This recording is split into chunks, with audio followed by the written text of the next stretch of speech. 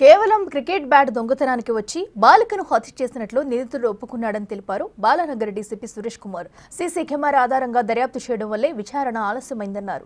Bat తీసుకుని వస్తుండగా బాలిక అడ్డు రావడంతో సహస్రను హత్య చేశానని నిందితుడు నేరం అంగీకరించారన్నారు. పిల్లలు ఏం చేస్తున్నారనేది తల్లిదండ్రులు అబ్జర్వ్ చేస్తుండాలంటున్న డీసీపీ సురేష్ కుమార్తో మా ప్రతినిధి సాగర్ ఫేస్ టు ఫేస్. సృష్టించిన కుకట్పల్లి బాలిక హత్య కేసును పోలీసులు ఛేదించారు. ఈ కేసులో 14 ఏళ్ల బాలుడు దొంగతనానికి వచ్చి హత్య చేసినట్లు కూడా నిర్ధారించారు. ఈ కేసుకు సంబంధించి మరికొన్ని అంశాలు మాట్లాడదాం. మనతో పాటు డీసీపీ సురేష్ కుమార్ సార్ ఉన్నారు. సార్ చెప్పండి, ఇది ఒక పోలీసులకు ఒక సవాల్గా మారిన కేసు. 5 రోజుల దర్యాప్తు ఎట్లా జరిగింది, ఎలా గుర్తించారు? ఈ కేసు జరిగినప్పుడు మొదటగా మాకు ఒక సీసీ కెమెరా మాత్రమే ఉంది. అది కూడా గేట్ని కవర్ చేస్తుంది. సో లోపలికి ఎవరు వచ్చారు, బయటికి ఎవరు వచ్చారు, లోపలికి ఎవరు పోయారు అనేది చూడటం తప్ప ఇంకా ఆ ఇంట్లో ఎక్కడ ఏమి ఎలా జరుగుతుందనేది, పక్కింట్లో ఎక్కడ ఏం జరుగుతుందనేది మనకి అర్థం కాలేదు. సో దాంతో ఇంత సమయం తీసుకుంది. మేము లిస్ట్ ఆఫ్ సస్పెక్ట్స్ని రాసుకొని ఎవరికి ఎక్కువ ప్రాబబిలిటీ ఉందో వాళ్ళందరినీ విచారించుకుంటూ వచ్చాము. సో ఈరోజు నిన్న అక్కడ ఆ సస్పెక్ట్ దగ్గర, ఆ అక్యూజ్డ్ దగ్గర ఆగాము. సార్, బాలుడు లెటర్ రాసుకున్నాడు అన్నారు. అసలు బాలుడు హత్య చేసినట్లు ఎలాంటి ఆధారాలు మీరు సేకరించారు? దర్యాప్తులో ఎలాంటి విషయాలు పెట్టాలి? మాకు అతను వాడిన కత్తి అతను చూపించాడు. తర్వాత బట్టలు కూడా సీజ్ చేసాము. తర్వాత అతని మానసిక స్థితి మనకి అర్థమయ్యేటట్టుగా లెటర్ కూడా దొరికింది. సో అతని కన్ఫెషన్ కూడా మాకు ఇచ్చినాడు. మొదట తల్లిదండ్రులను లేదు, అదేం లేదు. సార్, లెటర్లో ఏమని రాసుకున్నాడు అంటే ముందే ఒక 4 రోజుల క్రితం ఆ లెటర్ రాసుకున్నాడు అంటే ఈ దొంగతనానికి ప్లాన్ చేశాడా, లేదంటే ముందుగానే హత్యకు ప్లాన్ చేశాడా? దొంగతనం అయితే అతనికి ప్లానింగ్ ఉంది.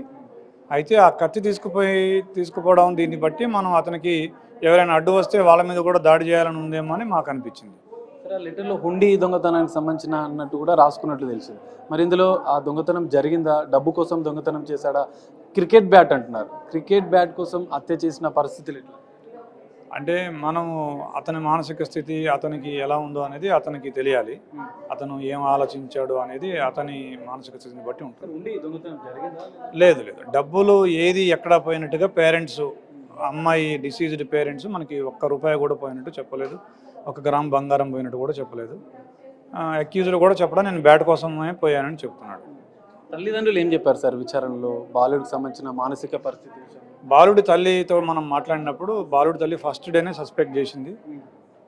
నువ్వేమైనా చేసావా అని నా కొడుకును కూడా అడిగాను నేనని కూడా అనింది. 2వ రోజు కూడా అడిగానని చెప్పింది.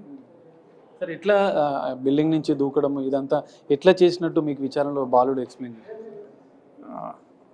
4th ఫ్లోర్లో ఉంటాడు. 4th నుంచి 3rdకి వచ్చాడు. 3rd నుంచి ఈ గోడ ఆ గోడ ఒక 2 feet 2.5 feet డిస్టెన్స్లో ఉంటుంది. జంప్ చేశాడు, వెళ్ళేసరికి లోపల టీవీ నడుస్తుంది. ఆ అమ్మాయి టీవీ చూస్తుంది. అటు తిరిగి అమ్మాయి వెనక్గా వెళ్ళి కిచెన్లోకి వెళ్ళి బ్యాట్ పట్టుకున్నాడు. తీసుకొని వస్తుంటే అమ్మాయి వెనక్కి తిరిగి చూసి దొంగ అని అరిచింది. అరవడమే కాకుండా వచ్చి అతని షర్ట్ పట్టుకుంది పోకుండా.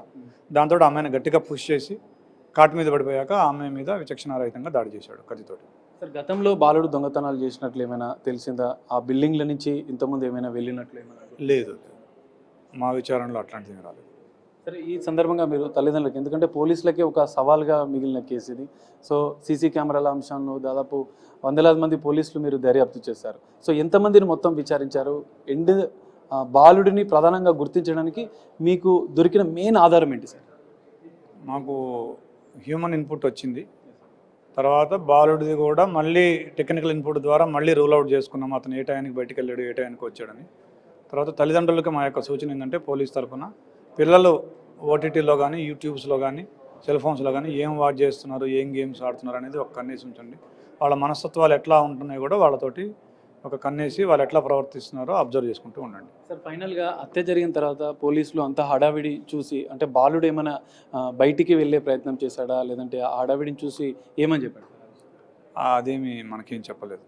కొంత టెన్షన్ పడ్డట్టు తల్లిదండ్రులు టెన్షన్ పడ్డాడు. అందుకే తల్లి అడిగింది.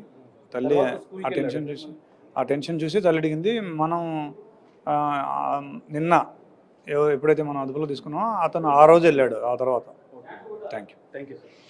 సో కుకట్పల్లి బాలిక హత్య కేసులో 14 ఏళ్ల బాలుడే హత్య చేసినట్లు కూడా పోలీసులు గుర్తించారు. అయితే ప్రధానంగా దొంగతనానికి కోసం వెళ్ళి బ్యాట్ దొంగతనానికి కోసం వెళ్ళి దొంగ అని బాలిక అరవడంతోనే విచక్షణ రహితంగా పైన దాడి చేసి హత్య చేసినట్లు కూడా పోలీసులు నిర్ధారించామని చెప్పారు. కొంత అంటే బాలుడు సిరీస్లు వెబ్ సిరీస్లు చూడడం, ముందే ఒక లెటర్ రాసుకొని మిషన్ డన్ అని చెప్పినట్లుగా కూడా పోలీసులు కొన్ని కీలక ఆధారాలు కూడా సేకరించి బాలుని అదుపులోకి తీసుకొని జువైన్ హోమ్కి తరలించినట్లు కూడా చెప్తున్నారు. కెమెరామెన్ సంతోష్తో కలిసి సాగర్, బిగ్ టీవీ, హైదరాబాద్.